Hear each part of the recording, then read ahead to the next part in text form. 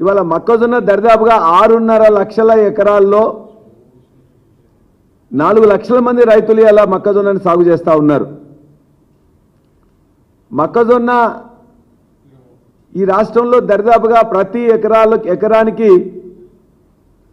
30 quintal దరిదాపుగా 28 నుంచి 32 quintal కూడా పంట పండుతుంది. కానీ ఈ రాష్ట్ర ప్రభుత్వం యొక్క పాలసీ వల్ల కఠినమైన నిర్ణయాలు పెట్టినరు. మార్క్ఫెడ్ ద్వారా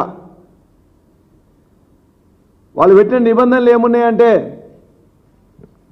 ఒక ఎకరానికి 18 క్వింటాలు మాత్రమే మేము తీసుకుంటాం. ఆ ఎకరం భూమి ఎవరనేది ఆ ఓనర్ వచ్చి వేలిముద్ర వేస్తేనే తీసుకుంటాం. కౌలు రైతులది తీసుకోం.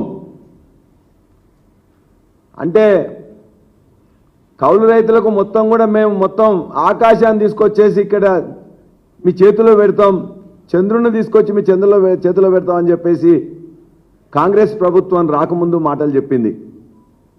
ఇవాళ మేము ప్రశ్నిస్తున్నాం, 30 క్వింటాళ్ళు వండితే నువ్వు 18 క్వింటాలే తీసుకుంటే మిగతా 12 క్వింటాలు ఎక్కడ అమ్ముకోవాలి, ఎట్లా అమ్ముకోవాలి, ఏ రేటుకి అమ్ముకోవాలి?